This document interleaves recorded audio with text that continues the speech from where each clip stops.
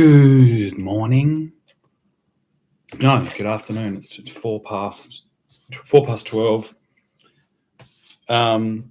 It's funny, if I wear a shirt, I'm like, oh, I've got man boobs, and if I wear a dress, I'm like, oh, I've got little boobs.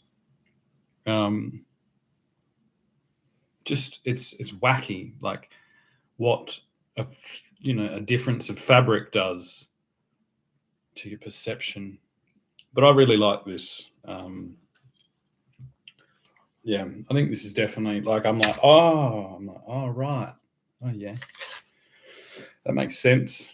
But the problem is I have to still be like a man because I'm still in a war against your government. And now I've taken the Union Jack off them, and I've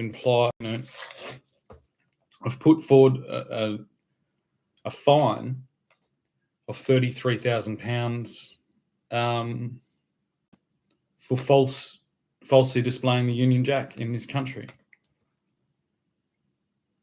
And it's all official. It's like this took the ceremony that took place in order to we're a year on now. This included a migration to Tasmania, my historic family homeland. I stayed as an Aboriginal person on the banks of the Derwent for, I think, 2 weeks, maybe more. It might have been 3 weeks. I can't even remember how long. It was so intense. I sat at their casino there and said every single little bit. And then I buried the fucking Union Jack that I ceremonially removed because, of all these things. And after this day, I basically created a United Kingdom territory, a British territory at a conflicted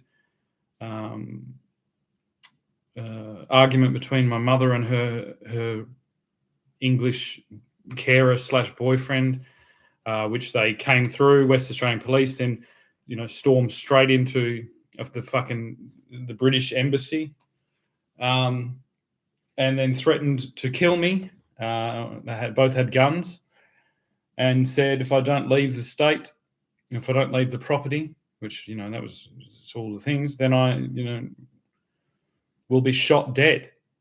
And that same property, if you look, it's like the same day I'm reading passages out of a Bible. It was a church that I was trying to establish on the property, Church of England, and just really horrific stuff.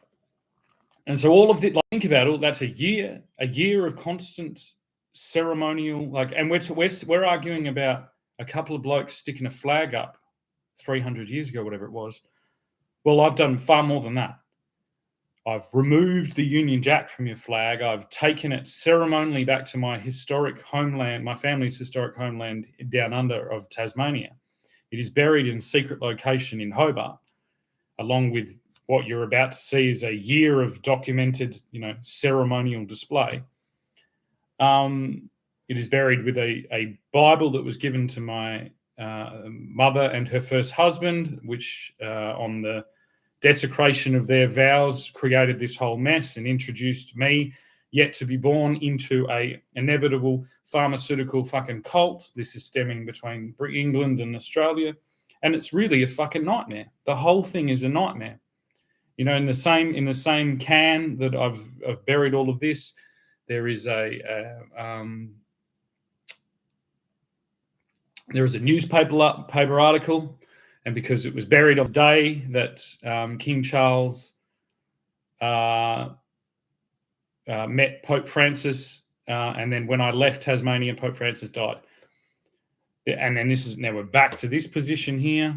And so very soon there's going to be a reenactment of how I was, removed from a property that was in dispute behind the British flag.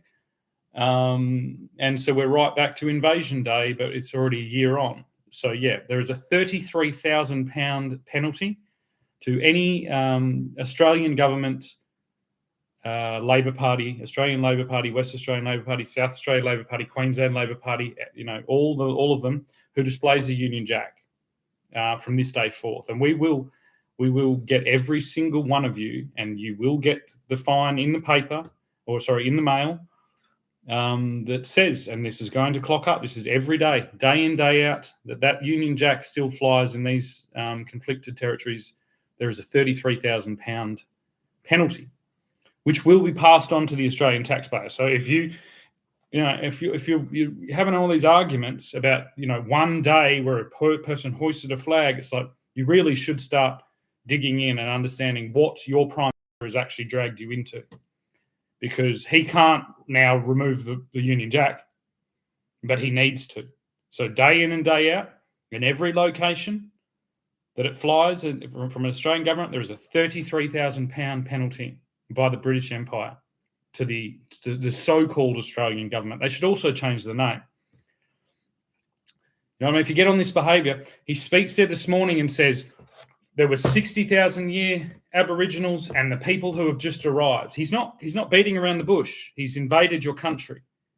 He's used a false, he's somehow, very, very racist strategy here. He's convinced the Aboriginal people, he's thrown fire on their hatred of the British, which behind a Union Jack. This is very, very fucking Machiavellian behaviour by your Prime Minister. He's convinced them that this is their day to get revenge on the British people. And so he's brought a bunch of people here from other countries to invade the British Australia while standing in front of a Union Jack. Fucking what the hell? There was a lot. Most of Australian history doesn't involve actually Australian history, not the history of this land. Right? Most of Australian history doesn't really involve the Aboriginal people or the people that have just arrived. Obviously, that's Australia. That's Australia, Union Jack, Southern Cross, 7-pointed star. That's Australia. That's what your Prime Minister is in conflict of. And as I said, £33,000 penalty for every single day and every single location across this fine land. So if you want to help us, basically you just send a photo and a date, timestamp of each location flying a flag bearing the Union Jack. Please send it to MI6, MI5, the Royal Post, Royal Mail, British military, the Bank of England, the Royal Navy, Royal Air Force, the Scouts, anyone that you want to send, any of these fine organisations that have helped to build this country that are being disgraced by your Prime Minister's actions. Basically, what your Prime Minister is doing makes what Donald Trump said about Australian and British military personnel the other day, that makes that look like nothing. He is absolutely disgracing not just the military history, but the entire history of Australia as that named entity. And he's using a captured flag, a false flag, which is now officially been presented with documentation on that. He has 100 times already, but this is now really official. And there is a fine and a penalty. This is what's going to happen. You think you want to parade around with crowns on your fucking arms and flags on your fucking vehicles and all this shit paperwork and give people fines for parking in the wrong spot? Well, guess what?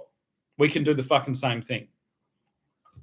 And this is just the first of all of the financial tariffs, the financial penalties that we are going to apply to Australia if they don't cease and desist this fraudulent usage of our intellectual property.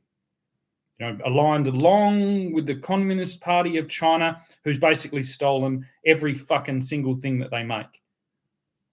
Yeah, so it's not a fucking surprise. You think about that if you're having some argument between whatever, it's like this is now official. The Prime Minister has received it. It is there. There is data. There is backed up data. There is precedent. This is a year-long ceremony of disgrace. And we are disgracing Anthony Albanese on every single level. We've disgraced his connection with the Catholic Church. We've disgraced his connection with the Communist Party, and we've disgraced his so-called fucking patriotism towards all of you.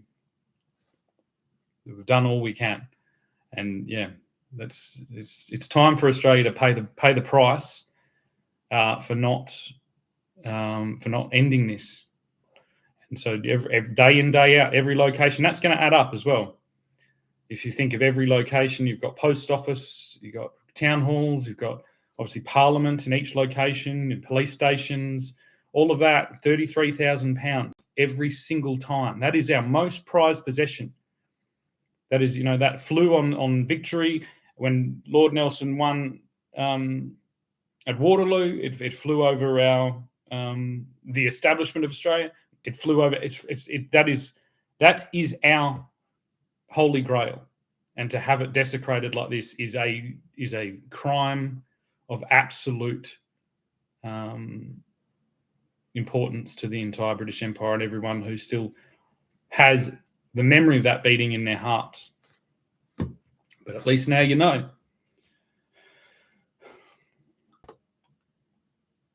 Have a great day.